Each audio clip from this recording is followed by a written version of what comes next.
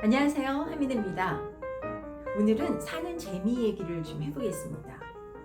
제가 필라테스를 합니다. 10여 년 전에 전방 십자인대가 끊어져서 재활로 하기 시작했는데요. 거의 일주일에 한 번씩 계속 하게 된 데는 저희 필라테스 선생님의 힘이 큽니다. 선생님 완전히 교과서예요.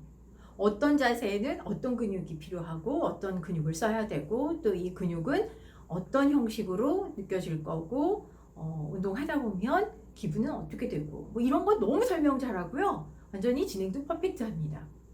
자, 회원님 테이블탑 자세 만드시고요. 네, 복근 지퍼 채우듯이 쫙 끌어당겨 주세요. 네, 배 위에 스마일자 하나 있다고 생각하시고 네, 이제 다리를 뻗으세요. 앞으로 쭉. 네, 나란히 평행선이 되도록 뻗습니다. 네, 엉덩이부터 안으로 내전근까지 꼬여 있다고 생각하시고요. 네, 힘주세요. 계속 하실 수 있어요. 버티세요. 버티세요. 버티세요. 네, 학생들의 능력을 아주 최대치로 끌어올리죠. 그런데 선생님 너무 잘하시는데요. 따라하다 보면 정말 힘들어요. 그래서 어느 날 선생님 잠깐 한눈판에서 제가 눈 딱 감고 딱 기절한 척 했습니다. 그리고는 선생님 난리 났습니다. 회원님! 회원님! 이거 무슨 일이지? 회원님! 선생님 놀라셨죠? 이렇게 발동 걸린 장난기가 어지간해서는 좀채로 사그라들지 않더라고요. 선생님 팔이 붙어갖고 안 떨어져요. 도구에 팔이 붙었다든가 어떻게 해? 안 오므러져 안 오므러져 그러면서 다리를 벌리고는 못 모으는 것 같은 행동을 했습니다. 그때마다 이상하게도 선생님은 계속 속는 거죠. 장난기에 익숙해진 선생님이 요즘은 회원님 일주일에 2-3번씩 오셨으면 좋겠어요. 내가 회원님 덕분에 웃어요. 이렇게 얘기를 하시죠. 신기한 건 아무리 힘들어도 그렇게 한번 웃고 나면 그 다음이 훨씬 덜 힘들더라는 겁니다. 사실 SNS에서 제 이미지는 노잼, 아니 핵노잼입니다. 책 얘기를 주로 하는 데다 무슨 맞춤법 낮추기도 하고요. 어지간하면은 좀 진지 모드를 쓰고 있어서 내가 이렇게 하면 노잼이라던데 뭐 이런 얘기를 했더니 한 분이 정색을 하고 얘기해요. 아니죠. 핵노잼이죠. 세상에, 그래도 내가 필라테스 선생님을 그렇게 웃길 줄 아는 사람인데 이게 웬일이지? 반성을 해봤습니다. 그랬더니 제 안에 반듯 강박이 있더라고요. 게다가 나이값 강박도 조금 있고요. 무책임한 말, 좀 밉상스러운 말은 아예 하지 말자 하는 말무게 강박까지 있었습니다. 생각해보면 이 반듯한 거하고 재밌고 장난스러운 거하고는 별 관계가 없죠. 나이는 더더욱 그렇습니다. 제가 아는 분 가운데 환갑이 넘었는데도 젊은 친구 많은 분 꽤 계세요. 이분들 특징이 유머러스하고 말 잘 들어주고 또 지가 잘 연다는 거죠.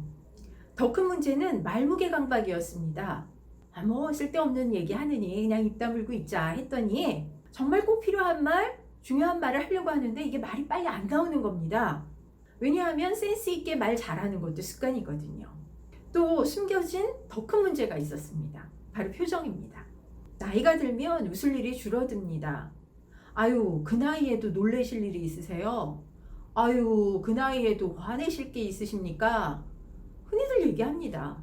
요즘은 뭐 인터넷에 유튜브에 나이 40만 돼도 뭐 세상 사는 어지간한 뻐꾸기 우는 소리 다 듣고 사는 것 같아요.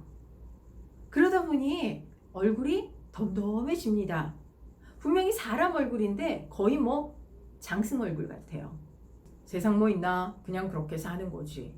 생각해보니 저도 그랬던 것 같습니다. 얼굴 표정이 점점 띄엄띄엄해지는 거죠. 근데 그러지 마세요. 이거 순전히 자기 손해입니다. 세상 뭐 있습니다. 재미도 있고 보람도 있습니다. 조이풀을 쓴 잉글리트 페델리는 작은 놀라움은 일상의 단조로움을 깨는데 도움이 된다고 합니다. 우리 뇌는 예상치 못한 감정을 겪으면 잠깐 동안 비상사태가 돼서 평소의 모드를 전환합니다. 놀라움은 평소의 감정 상태가 살짝 찢어졌다가 이전의 정보와 조화를 이루면서 다시 치유되는 것과 아주 유사합니다. 그런데 이때 즐거움이 가미가 되면 긍정적인 감정의 상승도가 확 올라간다는 거죠. 평소 스트레스가 심한 상태에서는 거부했던 새로운 것, 낯선 것, 좀 모호한 것들에 대해서 자연스럽게 받아들이는 힘이 생기고요. 두려운 것과 견디는 힘도 훨씬 좋아지더라는 겁니다. 제가 즐거운 깜짝이야를 자주 하시라는 것도 같은 이유입니다. 즐거운 깜짝이야를 자주 하시려면 내 안에 숨어있는 천진하고 엉뚱한 아이와 친하게 지내셔야 됩니다. 뭐지? 오잉? 깜짝이야! 하면서 웃게 되는 일들을 찾으시라는 거죠. 일상에도 이런 일들 꽤 있습니다. 계절이 바뀌면 옷 정리를 하죠. 어떠세요? 겨울 코트 속에서 10,000원짜리 지폐 발견하면 완전히 횡재한 것 같죠? 그래서 저는 겨울옷 집어넣을 때 5,000원짜리, 10,000원짜리 지폐 한두 장씩 코트 주머니 안에 미리 넣어둡니다. 또 뜻하지 않게 꽃을 받을 때가 있습니다. 자, 남편이 꽃 사오면요 속으로는 너무 좋잖아요. 그런데도 대부분 습관적으로 이렇게 얘기합니다. 아니 왜 쓸데없는 걸 사와? 현금으로 줘. 그렇게 좋으면 현금으로 주라고. 근데 이렇게 인내 밀지 마세요. 그냥 좋으면 좋은 대로 얼른 받고 활짝 웃고 예쁘게 꽂아주시면 됩니다. 마트에서 내가 좋아하는 아이스크림 1+1 이렇게 당연히 사셔야죠. 자, 이런 것들이 다 일상에서 맞닥뜨리는 작은 놀라움들입니다. 그런데 작은 놀라움은 자기가 만들 수도 있습니다.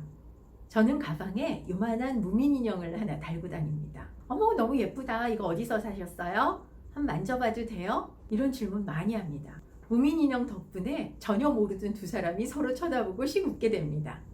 이제 곧 날이 서늘해집니다. 그러면 달밤의 체조도 한번 해보세요. 이거 생각보다 아주 기분 좋습니다. 내가 좋아하는 음악 헤드폰으로 빵빵하게 틀고 아무도 없을 때 깜깜한 데서 막 이렇게 막 춤추는 거예요. 이거 안 해보신 분들 모릅니다. 아주 신나고 재밌습니다. 우리는 평생을 떠돌며 배우는 여행자라고 합니다. 창밖 풍경이 다 비슷해 보여도 어느 것 하나 똑같은 건 없듯이 어제 같은 오늘, 오늘 같은 내일 없습니다. 장난꾸러기 모드만 장착하셔도 사는 재미 훨씬 업그레이드 되실 수 있습니다. 즐거움에 관한 더 많은 이야기가 궁금하시면 제가 정리해둔 조이풀 참고하시는 것도 도움이 되겠습니다. 영상 재밌으셨으면 구독 빨간 버튼 꼭 눌러주시고요. 주변에도 많이 공유해주세요. 여러분의 공유가 생각하는 세상을 만듭니다. 건강한 여름 나세요. 고맙습니다.